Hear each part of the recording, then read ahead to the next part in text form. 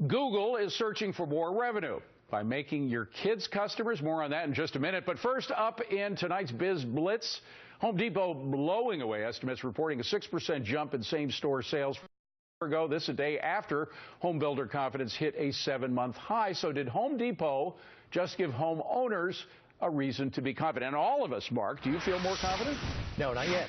Not yet. I think the market has this angst, and it's looking for any little sign of forward movement. So they're going to take a look at the earnings report from a Home Depot and say, okay, we're back in business, and we're not yet. This is good news for Home Depot. 6% increase. They've had a 20% rise in their profits year over year. Really good numbers, but it shows really good management on the part of Home Depot. Okay, but Jared, isn't there also a little bit of a bellwether thing going on here? That is, what is good for Home Depot is good for the nation. Yeah, I think so. And I think the housing market is good. It's stable. I'm not worried about it right now. I'm worried about the future of it with rates. I just want to clarify that. By the way, Home Depot, yeah, I think this is good news, but it also plays into the fact that, you know what, home prices are back up. Rent rates are at an all-time high. So people are saying, you know what, I'm going to fix up my house. I'm going to fix up my rental property. I'm going to get high prices, from a record perspective. And that's the way they're playing it. But yeah, it was good management on the part of Home Depot. I think it's a coincident indicator that housing right now is okay. It doesn't foretell the future by any stretch, at least not more than a year. Hadley, when was the last time you were in Home Depot? Oh, it's been a while. Although a lot of my friends got married this summer and they registered at Home Depot, so they're ready to be homeowners. It's difficult to get into that market. I don't know if that's good for the brides. It's great for the grooms. Getting married is good for home ownership, absolutely. But I think part of the earnings report from Home Depot is seasonal. We had a harsh winter. People like to do home improvement in the summer. Now is a warm time of year. People are trying to improve their home or their rental property. But the housing market is a different animal. I would be too cautious to say that this is a good sign. David, I was there Sunday night. Oh, okay. In Home Depot. Was it full? It was after 6 p.m. and it was active. There was a lot of people in there on a Sunday evening. I just love the help you can get. Always there to help me out with any of my dumb questions. I ask a lot of dumb questions at Home Depot. On to issue number 2. 10 years after Google went public, should you worry for your kids' privacy? Google, the latest tech company trying to expand its services to children. Now, Facebook took a lot of heat for just thinking about letting kids sign up earlier this year. So should Google expect the same? Hadley, I would think so. What do you think? I think Google or no Google, parents always have to be vigilant about their children's online privacy. Google, like any other business, is going to target as many customers as possible. Now they're trying to expand their audience to younger people. I think it could be a good middle ground if there is parental consent required, if there are parental controls that parents can put on their children's membership. But no, absolutely. I think regardless of where your child is visiting on the internet, you have to be, the buck stops with mom and dad. Right. And Jared, that's the point. There are all these forms that you've had people just click at the bottom, whether they're a 12-year-old person or a 30-year-old person. I don't think that's going to make a difference to you. No, not at all. But I do think, David, this is actually a good thing for Google, because remember, they control a whole ecosystem and an operating system. If they can convince parents, hey, your child is going to have a safe experience, it's going to be able to go to a YouTube that's safe for kids, it's going to have a browsing experience that's safe for kids, and we're going to keep our ads to a minimum, I think it can be done right. But again, there's a lot of small things Google has to do. Mark, it's going to be tough. I have 2 kids, one of whom wasn't really old enough to be in the Facebook thing. The other one is and was, and she tried to get out of it at one point and pretty much couldn't do it. I mean, she eventually just stopped communicating with it. But it's not even easy to disassociate yourself from it once you're in it. Google has a very big challenge here, and all the internet companies do. And I've got 4 kids. The oldest is 22. The youngest is 11. It's a lot different raising an 11-year-old today versus 11-year-old 11 years ago, okay? And so Google's got a big challenge on their hands. But you know what? Market forces, they want to continue their 20% annual earnings growth. And so in order to do long term, they've got to tap into new markets. Do you let your 11-year-old have a Facebook account? No.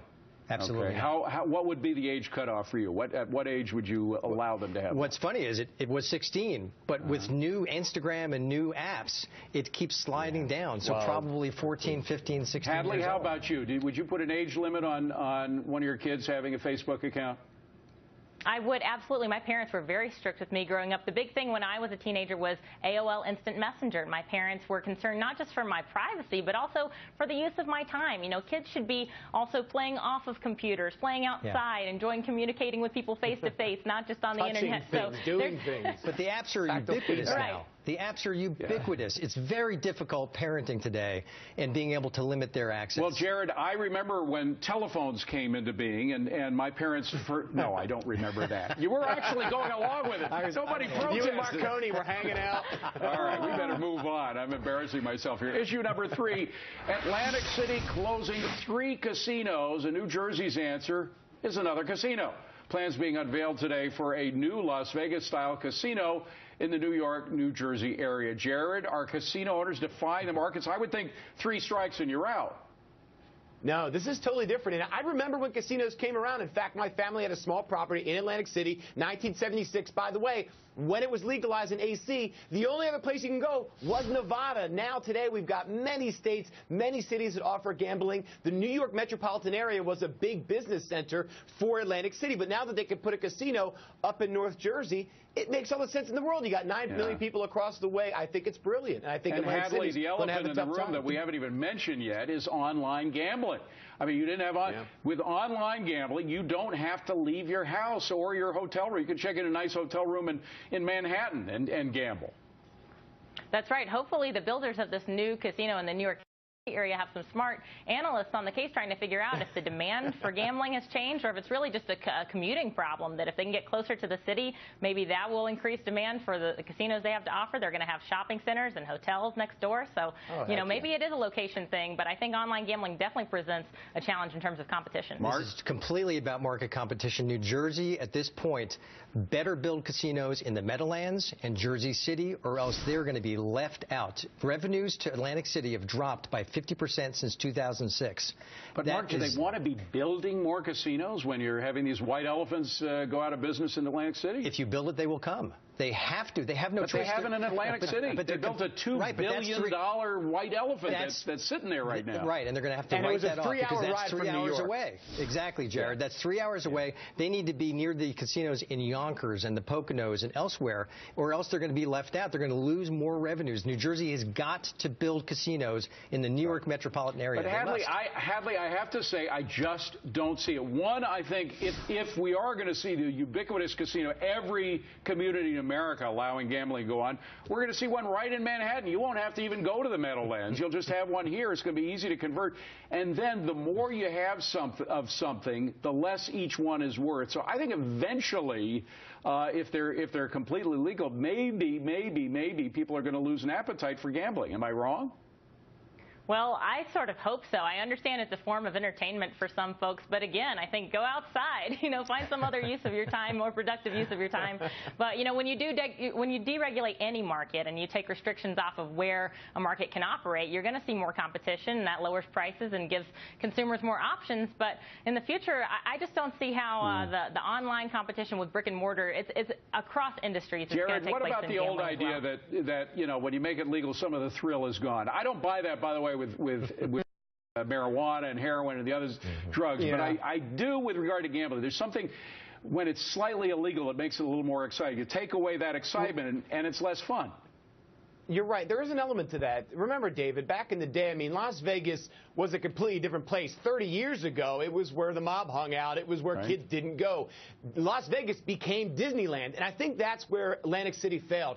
They didn't become Disneyland. They kept themselves a hardcore gambling town stuck in the middle of a not-so-great area. But anyway, David, I do agree it takes some of that sexiness away. Yeah. But people still want to gamble. Gotta leave it at and that, you know what? gang. In the New York area, Thank you so much. Have a great night. Meanwhile, leadership is lacking and Americans are livid. Next, we let you let loose on the folks inside.